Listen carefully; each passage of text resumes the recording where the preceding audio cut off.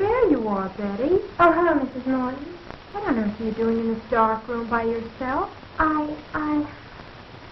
Mrs. Morton, may I speak with you a moment? Of course, dear. But why aren't you with the others in the laboratory? That place frightens me. Oh, it's not that bad. Although I admit it's a bit gloomy. And that horrible mechanical man. I can't stand to look at it any longer. You're overwrought, Betty, dear. There's nothing horrible about a mechanical man. Frank has been working on it for 2 years now. And Jim has been helping him for a year.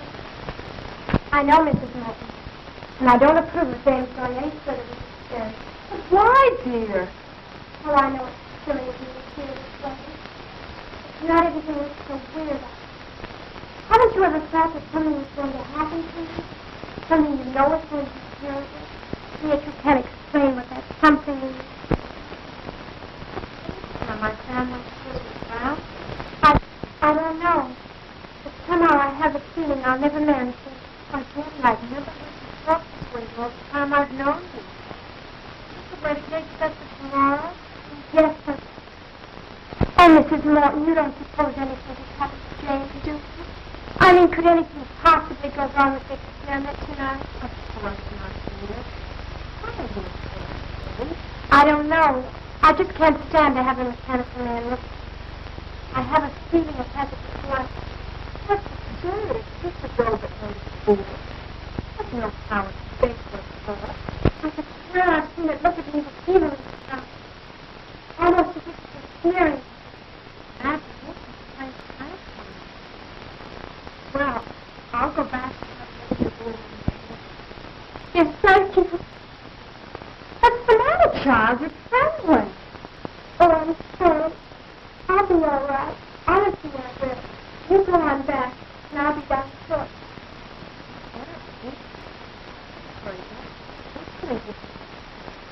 I'm sorry, Mrs. West. I'll be all right. You go.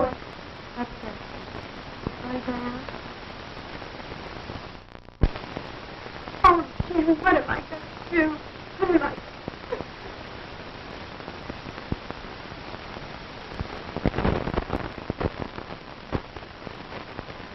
There we are. Now that should be just about it. Gee, Pop, will you work now? I hope so, son. Uncle Frank, are you going to make him walk? Yes, in a few moments, Janet. Oh, I'm so excited. Good. Will he be able to talk to Uncle Frank? Of course not, silly. Uncle Frank told you that 20 times yesterday. No, Mary's right, Janet. You see, this is just a mechanical man. He won't be able to talk. That's about the only thing he won't be able to do, though, Janet. You're right, John. The doctor's mechanical man will be able to do about everything a human being can do, except talk. How do you feel now that your work is about completed, Frank? Wonderful, Jane. And I want to thank all of you for standing by me. You've all been a great help. And without you, I don't know what I'd have done. Well, it isn't every day that one has a distinguished brother who invents a mechanical man. And I certainly appreciate the opportunity you've given me, Dr. Morton, by allowing me to assist you in the experiment. That goes for me, too, Dr. Morton. Well, I've learned more in the past month than any of my college classes taught me. You're all very kind. But our work isn't finished yet. We still have a few more things to do. And then we'll all know whether our time has been wasted or not. I'm afraid Betty doesn't share our enthusiasm for the mechanical man, Doctor. Yeah, and she was crying when she left. How do you know? I saw her and she had her handkerchief up to her eyes. Crying? No, what on earth for? The girls are right, Dr. Morton. My sister seems to feel there's something wrong in what we're doing. But that's foolish. There's nothing to be afraid of. I know, Dr. Morton, but Betty is a very sensitive girl. She feels that we're exceeding our limits. I'm sure she'll feel differently when she sees the results. Perhaps I'd better go to her. No, James. I know my sister pretty well. It'd be better to leave her alone for the time being. When I can time out, Pop? Patience, son. Patience. Now, so hand me that iron, John. This one? Right.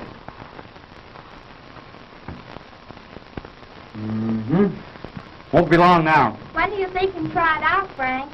Just as soon as Mrs. Morton returns. By the way, James, where's Betty? She went upstairs a few minutes ago, Dr. Morton. Said she had a headache. Gosh, she's going to miss all the excitement. Well, when we're ready, you can go get her, Barry. You bet I will, Pop. Oh, hi, Mom. Hello, Barry. Have you seen Betty, Mrs. Morton? Yes, I just left her. She said she'd be up in a minute.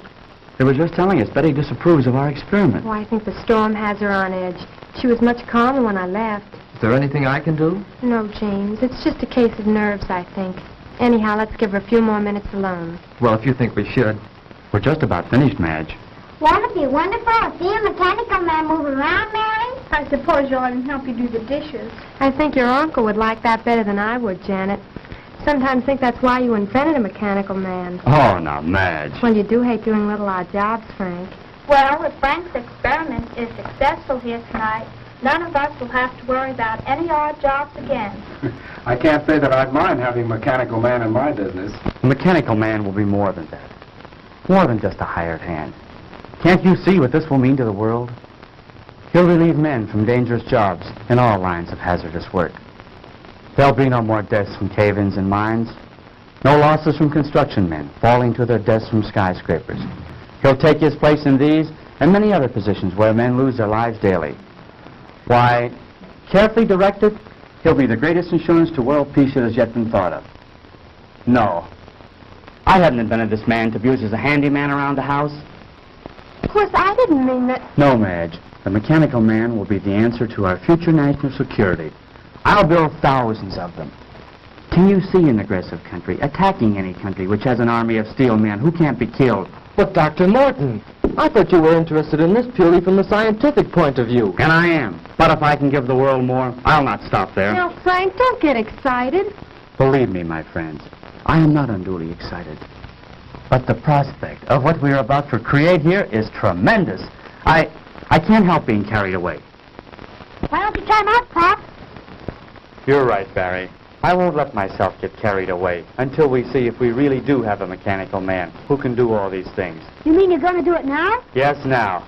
Could I help you, Uncle Frank? What could you do? Well, Uncle Frank said we were all going to help him. Didn't you, Uncle Frank? Well, yes, I did, Janet. But I'm afraid there's nothing you girls could do right now except give us your moral support. Is there anything I can do, sir? Yes, James. Would you connect that line for me? The one over there on the other side of the bench. Right. And, John, if you'll hold this left arm in place, we'll make that final adjustment we were about to make before Mrs. Morton come in. Higher. Certainly, sir. Can I help too, Pop? No, I'm afraid not, son. You stand over there with Mary and Janet. There'll be plenty you can all do later on. Oh, gee, I don't ever get to do nothing. You come over here by me, dear, and stay out of your father's way. Oh, gee. I think we've got it. That should do it, Dr. Morton. Well, I guess that just about gets it, sir. Good, good. Now we'll see if all our work has been in vain. Here, give me a hand. Oh, Betty, we didn't see you come in, my dear. Darling, you look so pale. I'm all right, Jim. I've been worried about you, but Mrs. Morton said to leave you alone for a few minutes. Yes, I'm afraid I've been behaving rather badly. Everything seems to be getting on my nerves now. Well, everything will be all right now, Betty. I'm glad you're here. We're just about to prove our experiment. Dad can make them walk, Betty. That's fine, Barry. I'll be with you in a moment, dear. Please go on. Don't let me interrupt your work. Come over here by me, dear. All right. Now, James, if you pull the switch up there. Right.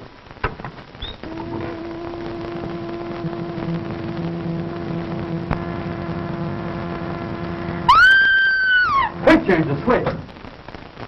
What is it, Betty? Tell us. It moved. It moved. Yes, I know. I was just about to set the man up and start him walking. But did you see that expression in his face?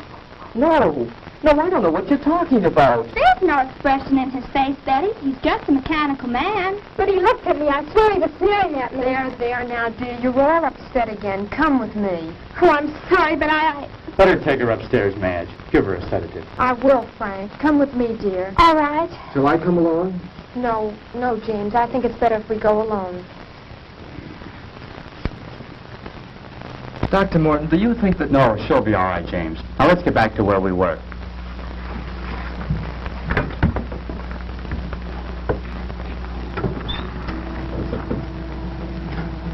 Hey, Pop, he moved. I believe it's working, Dr. Morton. Oh, Frank, he does move. He does. Mary, let go of my arm. You're pinching me. Isn't it wonderful? He moved. He really moved.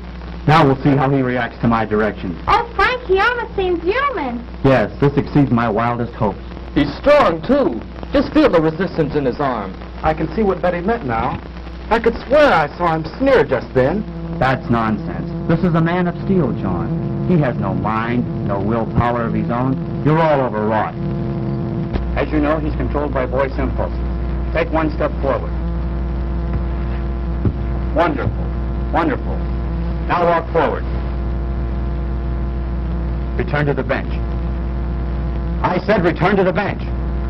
Stop him, James. Back. Back to the bench. Oh, so that's the way you want it.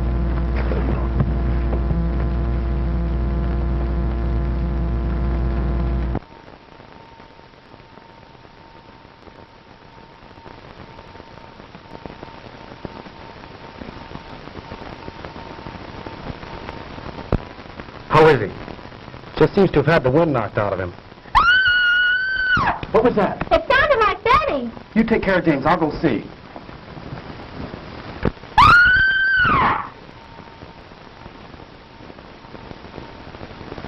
Frank! Madge, what is it? Oh, it was terrible, terrible. The mechanical man. What about him, Mrs. Morton? He came into the room where Betty was resting. Go on. And he scooped her up in his arms and he carried her off. I came running down here as fast as I could. Come on, John. We've got to stop that thing. Yes, sir. Oh.